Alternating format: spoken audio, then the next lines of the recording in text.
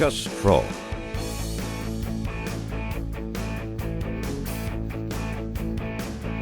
And that's about it. There's tutorials, then there's tutorials, and then there's me. Welcome to my channel, I'm Mikko. Today we're gonna be looking at a charcoal drawing I made over a year ago. Now immediately what you notice is that I am starting with an underdrawing.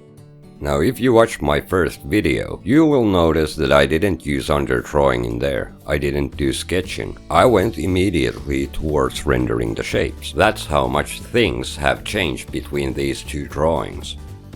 Back in the days when I was working on this, I didn't feel so comfortable or brave enough on this approach. We ignore the boundaries.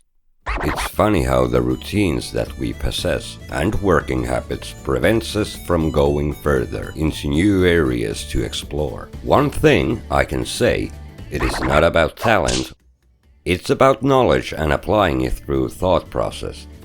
In other words, composing your idea into an image. If we look at the portrait itself, it feels very energetic. Dave seems to be screaming or singing very loud. That's what I like about this image. It's not a static pose, more like a captured moment in the middle of something. So I want the final result embrace that. That is the core what attracted me to this image in the first place. That means that everything that I put into the paper has to support that core idea. If we take a look what I'm doing in the beginning stages, at first glance it might seem like a random mess without any real effort or purpose, but let's think about that randomness for a second. I can't really control the exact way how the bristles will leave a mark, but I control the direction where I move the brush, the intensity and the speed. I control and make a decision where it will appear, and how it will appear. I can't control the exact way the charcoal will start trickling down the paper, but I do make the decision where it needs to dribble and run down.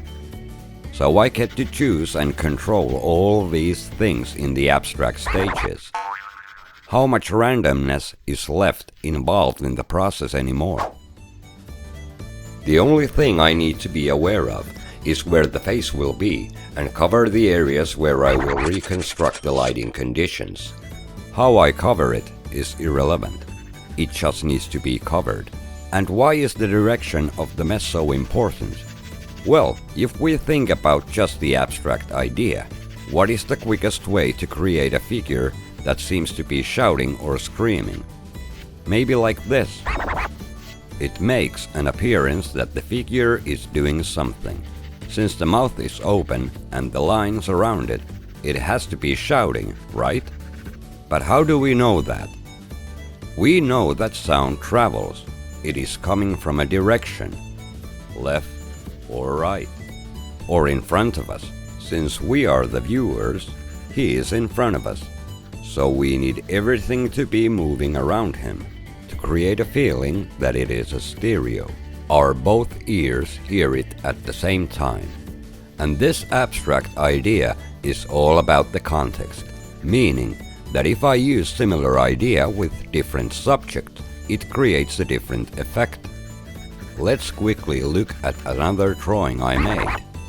Now the effect of the background seems to drag us towards the subjects, almost like inviting our sight to look at them.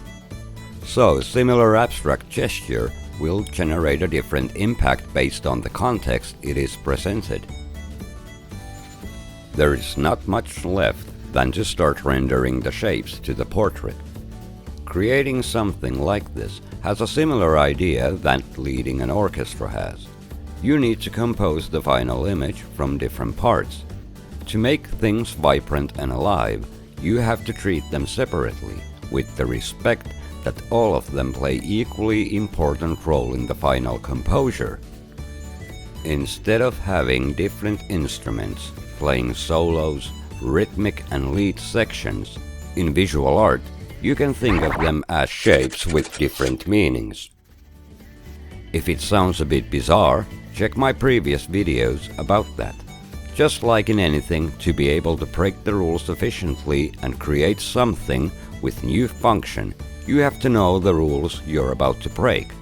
Is that it? Of course not. Our visual experience is such wide field to explore on, from physical phenomena all the way to the subjective experience of our reality. However, it does not mean that you have to know everything about everything, or that you should apply everything simultaneously into a single image.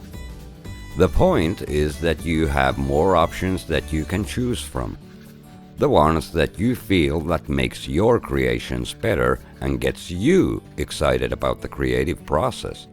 After all, it should be your vision, your ideas, your flaws, your success, things that you value important. Your art. As the image begins to take shape, we need to start making decisions what to include and what to exclude.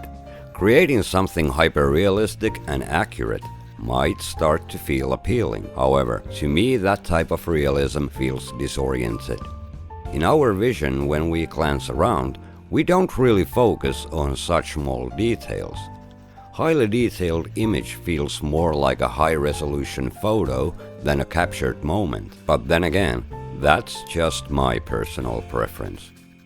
Anyway, I would say in most of the cases, do not draw highly detailed teeth. Create them as simple shaped as you can.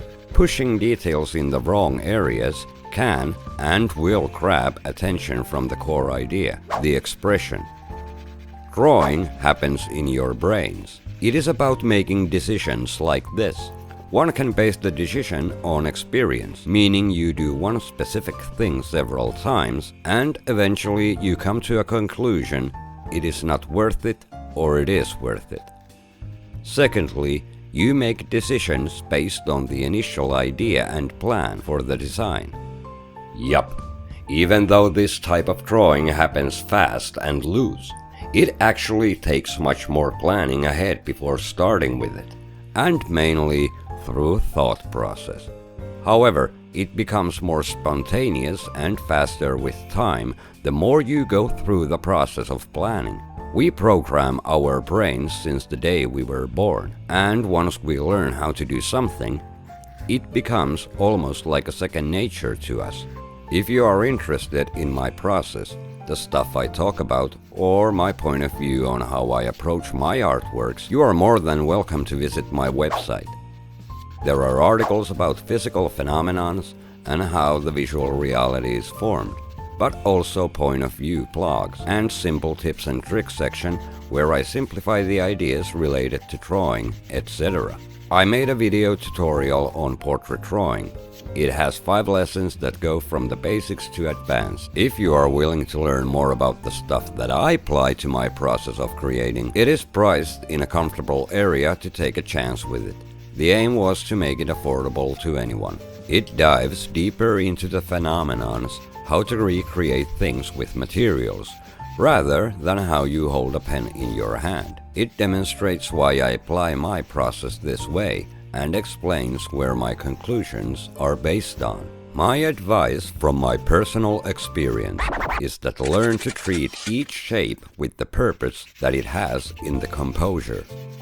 Like mentioned before, you are leading an orchestra, how all different sections play their part and what part has the biggest meaning. In order to choose who can have the lead, requires you to know the possibilities and limitations that one specific section has. That is where the knowledge is required. You don't need to master all of them, just enough to be able to give them a purpose. Every time you learn more about how they play, will widen your horizon, what visions you will be able to produce. As always, remember to subscribe, possibly share this with someone you think might find value in this content. And if there is anything you wonder about my approach, or you have suggestions on the content, please leave a comment.